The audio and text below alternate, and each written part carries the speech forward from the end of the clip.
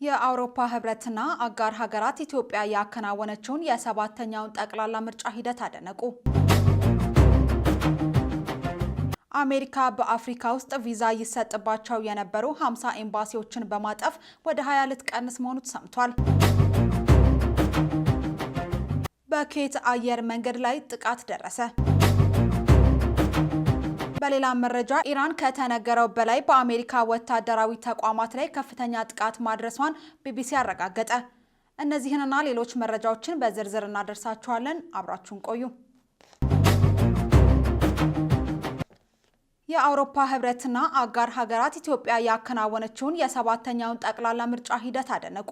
የአውሮፓ ህብረትና አጋር ሀገራት ኢትዮጵያ ግንቦት 24 ቀን 2018 ያካሄደችውን ሰባተኛ ጠቅላላ ምርጫ ሂደት አድንቀዋል። መቀመጫውን አዲስ አበባ ያደረጉት የህብረቱ አባል ሀገራትና በኢትዮጵያ የካናዳ፣ የኖርዌይና ስዊዘርላንድ ኤምባሲዎች ምርጫውን አስመልክቶ የጋራ መግለጫ አውጥተዋል። በመግለጫቸው የኢትዮጵያ ብሔራዊ ምርጫ ቦርድ፣ የምርጫ አስፈጻሚዎች፣ የፖለቲካ ፓርቲዎች፣ እጩዎችና የሲቪል ተቋማት ጠቅላላ ምርጫው በስኬት እንዲካሄድ ያደረጉትን አስተዋጽኦም እንዲሁ አድንቀዋል። የአፍሪካ ህብረትና የምስራቅ አፍሪካ የልማት በይነ መንግስታት ኢጋድ በምርጫው ላይ ለነበራቸው የታዛቢነት ሚና እውቅና መስጠታቸውንም ሀገራቱ አረጋግጠዋል። አሜሪካ በአፍሪካ ውስጥ ቪዛ ይሰጥባቸው የነበሩ 50 ኤምባሲዎችን በመቀነስ ወደ 20 ልታጥፍ መሆኑ ተገለጸ። አዲስ አበባ የቪዛ ማዕከል ከሚባሉት መካከል አንዷ እንደምትሆንም ተዘግቧል።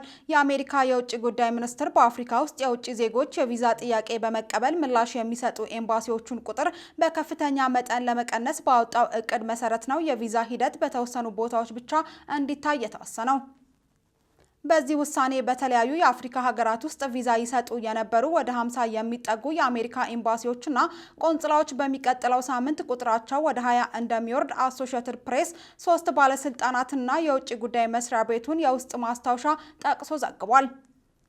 ይህ ውሳኔ የትራምፕ አስተዳደር በጊዜያዊ ቪዛ ወደ አሜሪካ ገብተው የሚቀሩ ሰዎችን ለመቆጣጠር ካለው ሰፊ እቅድ ጋር ኤምባሲዎች የሚሰጧቸውን የተለያዩ አይነት ቪዛዎች ለመቆጣጠር ካለው እቅድ ጋር የተያያዘ ነው ተብሏል። ባለፈው ሳምንት በውጭ ጉዳይ ሚኒስትሩ የጸደቀው ውሳኔ አርብ ዕለት በስልክ በተደረገ ውይይት ለአሜሪካ ዲፕሎማቶች መገለጹን አንድ ምንጭ አሶሺየትድ ፕሬስን ገልጾ ዘግቧል።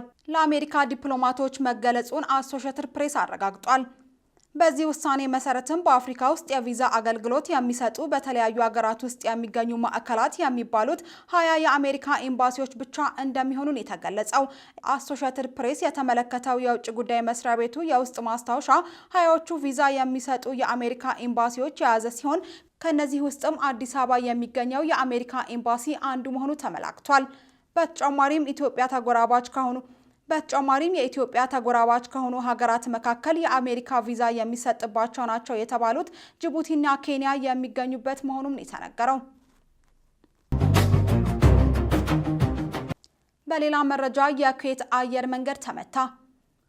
ኢራን በኩዌት የአየር ማረፊያ ላይ የድሮን ጥቃት በመፈጸም በርካታ ሰዎችን መጉዳቷን ኩዌት አስታውቃለች። ከአሁን በፊት የኩዌት አየር መንገድ ተርሚናል 1 በደረሰበት ጉዳት ምክንያት ተጠግኖ አገልግሎት ለመስጠት የተከፈተው ትላንት ነበር።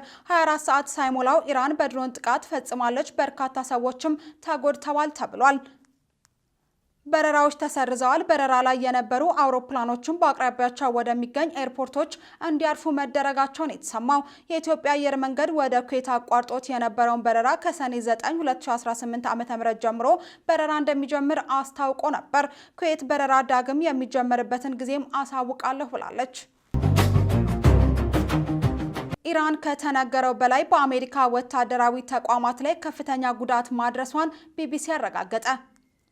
ኢራን ጦርነቱ ከተጀመረ ጊዜ ጀምሮ 20 የአሜሪካ ወታደራዊ ተቋማትን ማውደሟንና የደረሰው ጉዳት በይፋ ከታወቀው ከፍተኛ መሆኑን የቢቢሲ መረጃ ማጣሪያ የሆነው ቢቢሲ ቬሪፋይ የተነተናቸው የሳተላይት ምስሎችና ቪዲዮዎች አመላክተዋል።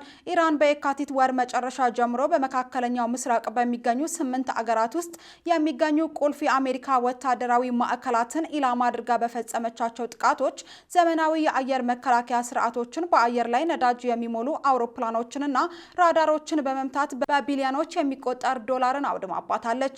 ኢራን የአሜሪካና እስራኤል ጥቃቶችን ለመበቀል ባለፉት 3 ወራት በኢራቅና በሊባኖስ ያሉትን ጨምሮ በመካከለኛው ምስራቅ ሀገራት ውስጥ የሚገኙ የአሜሪካ ጦር ሰፈሮችና የጋራ ወታደራዊ ተቋማትን ኢላማ አድርጋለች። የአሜሪካ መከላከያ መስሪያ ቤት ፔንታጎን ኤፒክ ፊዮር ባለው ዘመቻ ከተከፈተበት ጊዜ ጀምሮ በኢራን ውስጥ ከ13000 በላይ ኢላማዎች መመታታቸው ተገልጿል።